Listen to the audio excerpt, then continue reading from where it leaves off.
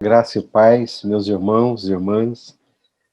É uma grande alegria, pastor Elcimar e queridos, poder participar mais uma vez desse encontro aí de secretários de missões, pessoal envolvido com a obra missionária, que tem no coração essa obra que é de Deus. Então, quando o pastor Elcimar nos lançou o convite, eu não poderia deixar de participar de forma alguma. Primeiro que da parte dele não é um convite, é uma intimação. Todas as vezes que ele convida, eu me sinto intimado, né? E feliz, pastor Elcimar, muito feliz mesmo pelo convite, eu que tenho que agradecer. Feliz de vê-los aqui, uma quantidade enorme de irmãos, irmãs, pastores, líderes, obreiros de Deus aqui envolvidos, né, com a obra de Deus. Eu louvo muito a Deus pela nossa CBN, Convenção Batista Nacional, por tudo aquilo que ela representa no reino de Deus e para cada um de nós. Louvo a Deus pela vida do pastor Esas, pastor Elcimar. Eu, pela idade, já os chamo de meninos, né? Já, assim, tão novos e tão dedicados à obra de Deus. Eu me sinto muitíssimo abençoado pela vida dos dois, né? Como vocês têm sido uma bênção para a nossa convenção e para todos nós. Pastor Elcimar, com esse trabalho da Senan, o trabalho da CDMI, tem sido uma bênção muito grande, juntamente com a equipe que ele tem formado e trabalhado para a conscientização das nossas igrejas, né, com um tema tão propício, que é o nosso tema desse ano, Compartilhando Vida. Parece-me que, volta e meia, nós temos que retomar os marcos antigos. Há uns 20 anos atrás, eu convidei um preletor para a nossa conferência missionária da Igreja Batista Central, e eu ainda muito entusiasmado, né, e graças a Deus por isso, ele me deu um choque de realidade quando ele disse que, de vez em quando, nós deveríamos pregar o Evangelho dentro da igreja. Que nós ficamos preocupados, muitas vezes, de pregar o Evangelho para fora da igreja, né, e que nos esquecemos que, em determinados momentos da história, o Evangelho precisa ser pregado para a própria igreja, para aqueles que estão ali nos ouvindo, né? Então, essa ideia de compartilhar vida, esse compromisso de entendimento sobre a pessoa do Senhor Jesus, quem é o Senhor Jesus, quem é a igreja, num momento de muitas ideologias, muitas causas, né? Muitas bandeiras. Eu fico impressionado com como que a igreja ela tem se envolvido em bandeiras que não correspondem ao Evangelho, né? A nossa bandeira é o Evangelho. Existem, obviamente, causas boas, bandeiras boas, né? Mas a nossa bandeira, a nossa causa é o Evangelho. Eu me lembro, estudei em Belo Horizonte, tanto no seminário STEB, depois concluí a minha formação no Bíblico Mineiro, estudei também na Universidade Federal de Minas Gerais, e é impressionante o distanciamento daquela época para os dias atuais. Naquela época, o nosso foco em relação ao Evangelho, em relação à causa do Evangelho, né, era muito mais visível. Hoje, com muita dor, depois de tantos anos, né, e eu falo isso com dor, nessa liberdade que nós estamos tendo aqui, em perceber como que a igreja ela tem perdido de vista a causa do Evangelho, como ela tem se envolvido, né, em muitas causas, muitas bandeiras e coisas que estavam presentes no dia do Senhor Jesus, nos dias do Senhor Jesus, do apóstolo Paulo, demandas já naquela época, a sociedade ela não evolui espiritualmente, ela continua a mesma sociedade em qualquer tempo, em qualquer época. E quando nós olhamos para o Senhor Jesus, para o apóstolo Paulo, e percebemos neles qual era a causa, qual era o propósito, qual era a entrega, né? Isso serve de referencial para nós. Então, quero saudá-los com a graça e a paz do Senhor Jesus, cada um de vocês, que eu estou vendo aqui minúsculo, né, mas com muita alegria de vê-los participando aqui desse seminário, desse momento. Eu já sou fanhoso, né? Vocês sabem disso. Já falo um pouco pelo nariz. E aqui na Bahia, com calor de quase 40 graus, se eu desligo o ar-condicionado, eu viro uma tampa de chaleira. Se eu ligo, aí a alergia acaba congestionando um pouco. Só alergia, viu, gente? Pode ficar tranquilo. Eu quero ler aqui em Efésios, capítulo 3. Por esta causa, eu, Paulo, sou prisioneiro de Cristo Jesus por amor de vós, gentios. Se é que tendes ouvido a respeito da dispensação da graça de Deus, a mim confiada para vós outros. Pois, segundo uma revelação, me foi dado conhecer o mistério conforme escrevi há pouco, resumidamente. Pelo que, quando ledes, podeis compreender o meu discernimento do mistério de Cristo, o qual em outras gerações não foi dado a conhecer aos filhos dos homens, como agora foi revelado aos seus santos apóstolos e profetas no Espírito. A saber que os gentios são co-herdeiros, membros do mesmo corpo e co-participantes da promessa em Cristo Jesus por meio do Evangelho, do qual fui constituído ministro conforme o dom da graça de Deus a mim concedida, segundo a força operante do seu poder. A mim, o menor de todos os santos, me foi dada essa graça de pregar aos gentios o evangelho das insondáveis riquezas de Cristo e manifestar qual seja a dispensação do mistério desde os séculos oculto em Deus que criou todas as coisas, para que pela igreja a multiforme sabedoria de Deus se torne conhecida agora dos principados e potestades nos lugares celestiais, segundo o eterno propósito que estabeleceu em Cristo Jesus, nosso Senhor, pelo qual temos ousadia e acesso com confiança mediante a fé nele. Portanto, vos peço que não desfaleçais nas minhas tribulações por vós, pois nisso está a vossa glória. Por esta causa, me ponho de joelhos diante do Pai. Efésios capítulo 3, é o texto que nós acabamos de ler. Eu quero pontuar algumas coisas com vocês, ainda me acostumando, né, com essa comunicação remota. Mas a primeira coisa é a questão da causa, né? Por esta causa, sou eu, Paulo, sou prisioneiro de Cristo Jesus, por amor de vós, gentios.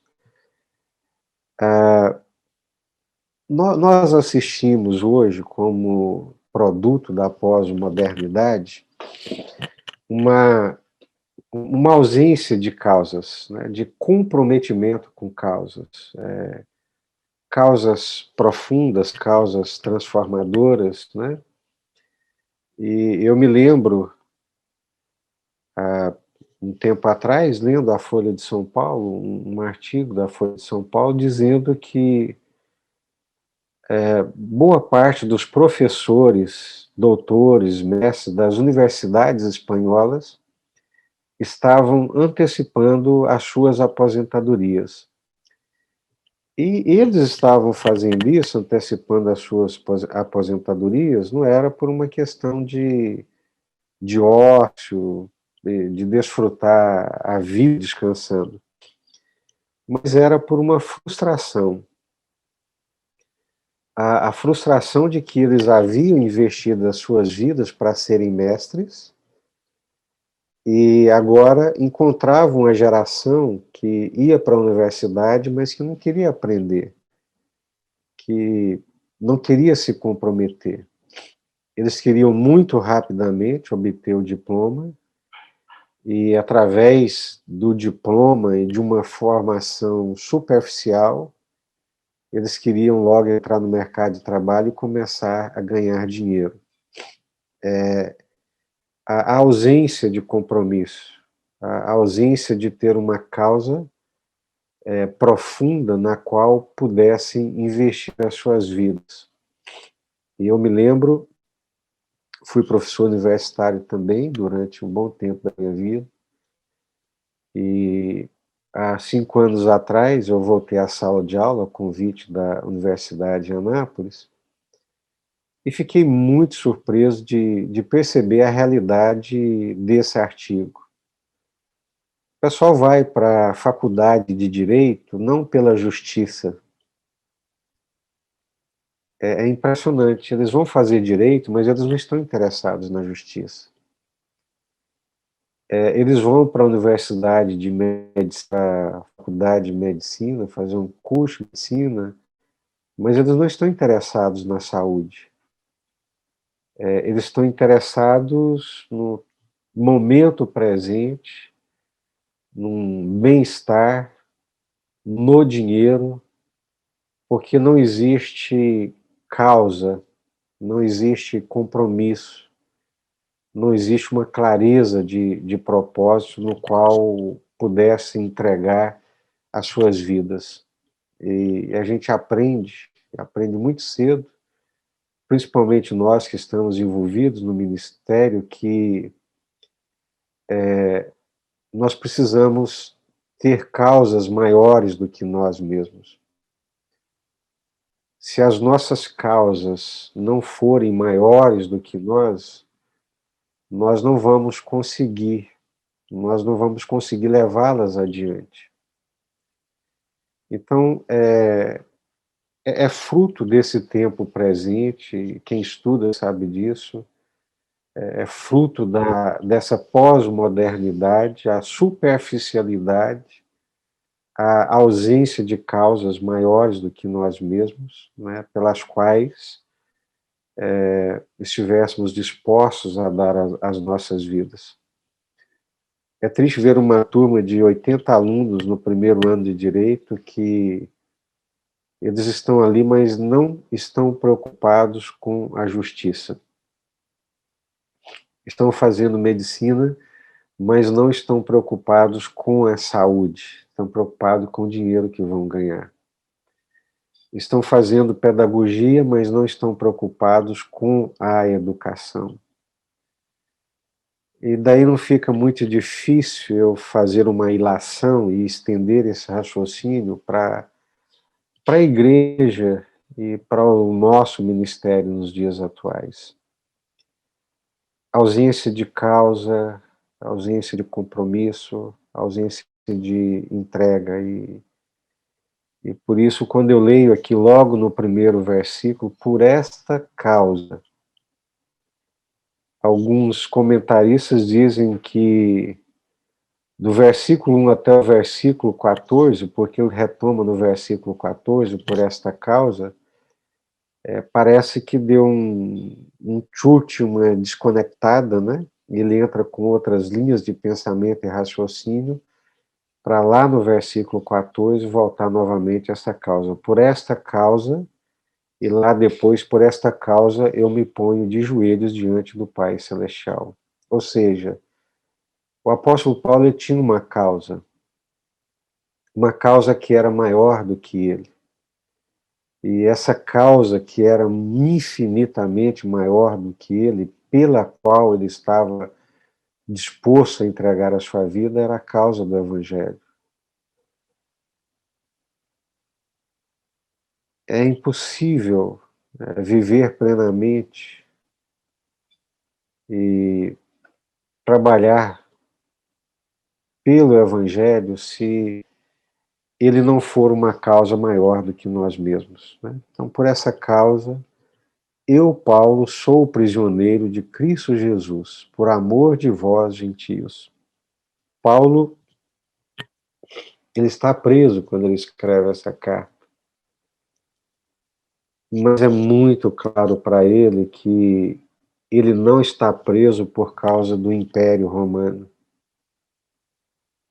A potestade imperial romana não era quem o mantinha em prisões. Eu não sou prisioneiro de César, eu não sou prisioneiro do Império Romano, eu sou prisioneiro de Jesus, eu sou prisioneiro da causa de Jesus.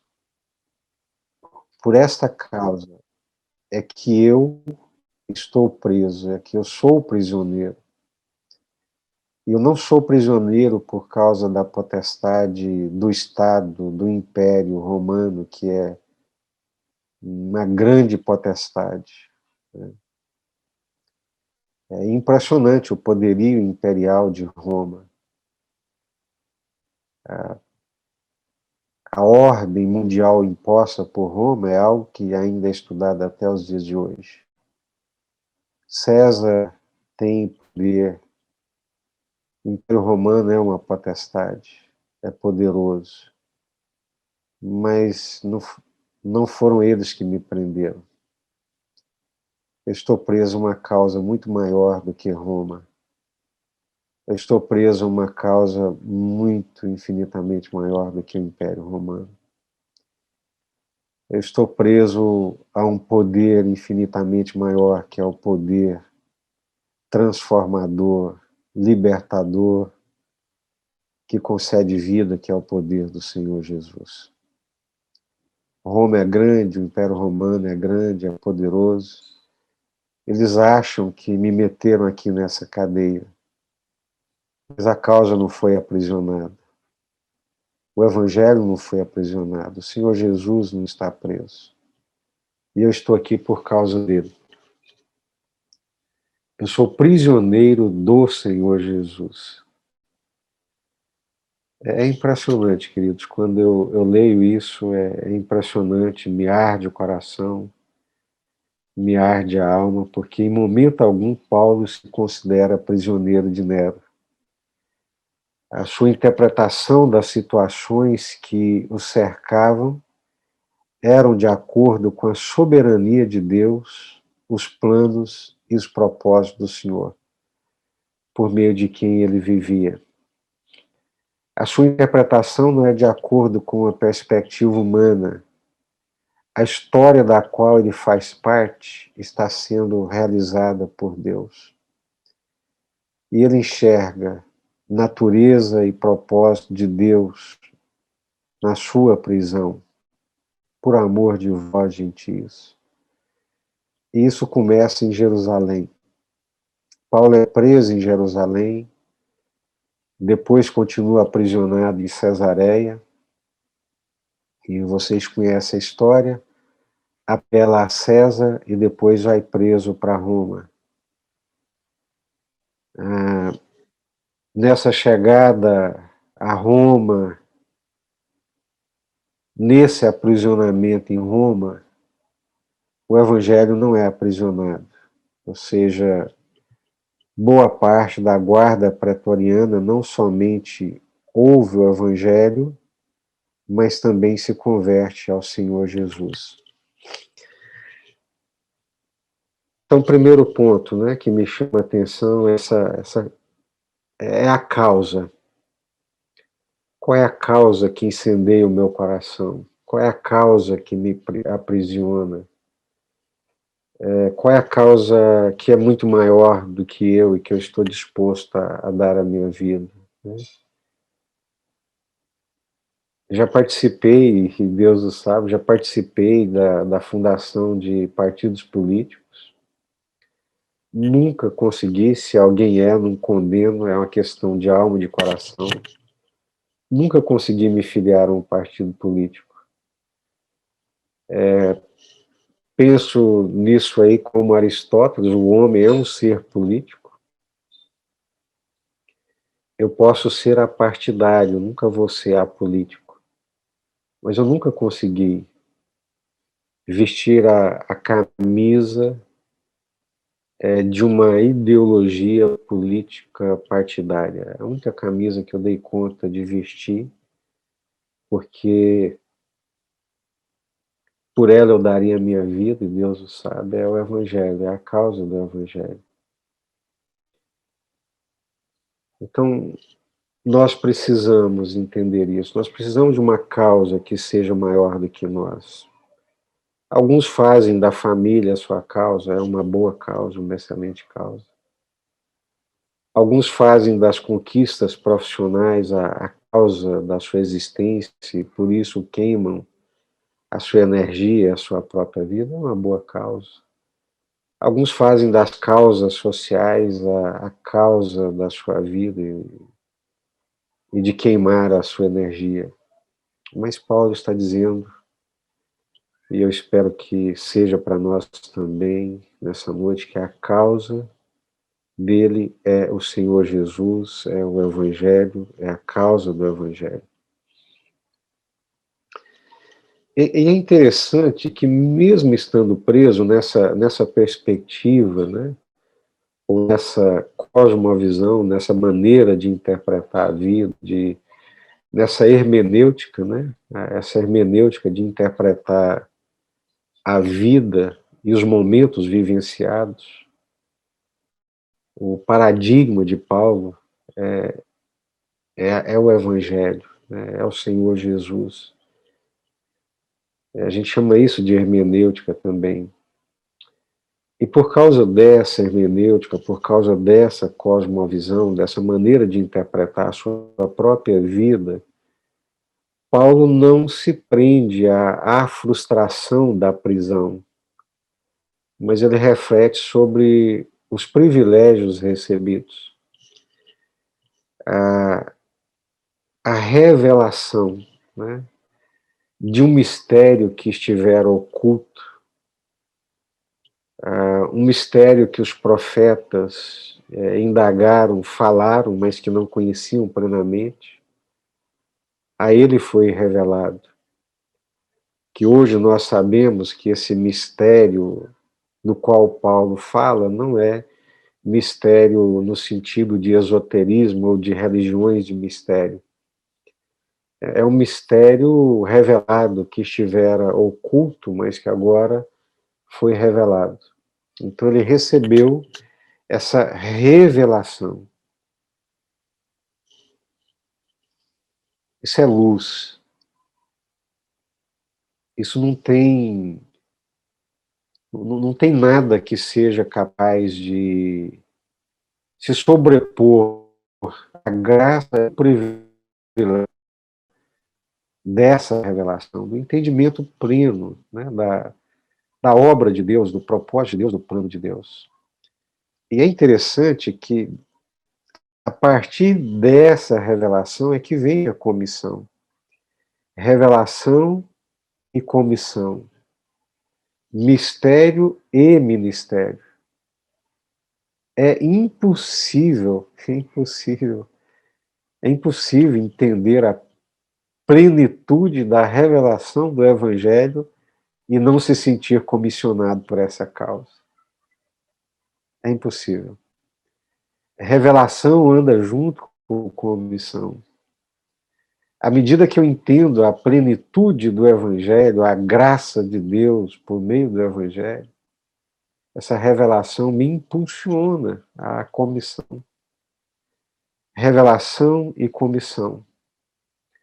O mistério revelado também me impulsiona ao ministério, é o que Paulo está dizendo. Esse mistério revelado, do qual Cristo é tanto a fonte como a substância.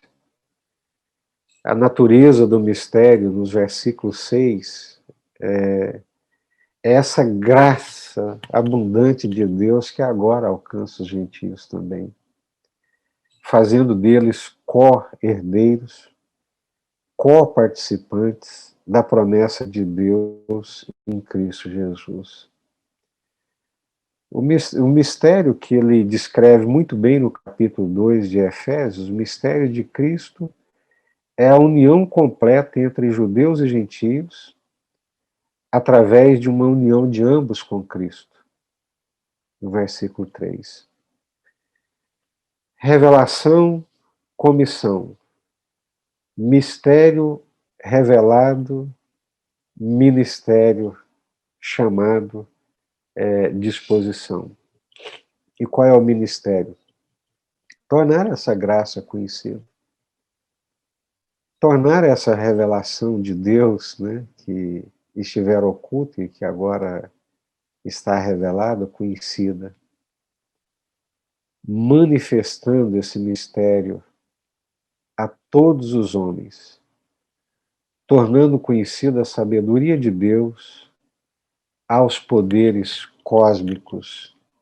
E aí, nós partimos de Paulo, a causa, a revelação, da revelação à comissão, do mistério ao ministério, e nós chegamos na igreja. Bill Hybels, naquele livro dele, Liderança Corajosa, que eu acredito que vocês conhecem, devem ter lido também, foi chocante também quando eu o li, dizendo que ele cria plenamente de todo o coração que a igreja era a resposta de Deus para o mundo. Olha que eu estou na igreja há mais de 40 anos, há 25 anos, caminhando para 26 anos de ministério, e foi chocante ouvir isso. Assim, confesso, é uma confissão. Espero que me perdoem, é uma confissão. Mas foi muito forte, né, para mim, quando ele disse, né, eu creio que a igreja é a resposta de Deus para o mundo. A igreja é a resposta de Deus para o mundo. Essa comunidade dos santos, esse povo de Deus, é a esperança de Deus para o mundo. Eu não tinha, até então, eu não tinha lido, não tinha ouvido, e existencialmente isso não tinha ainda caído dentro do meu coração. De entender que a igreja, nós, né, a igreja de Deus, somos a resposta de Deus para o mundo, a esperança de Deus para o mundo é a igreja.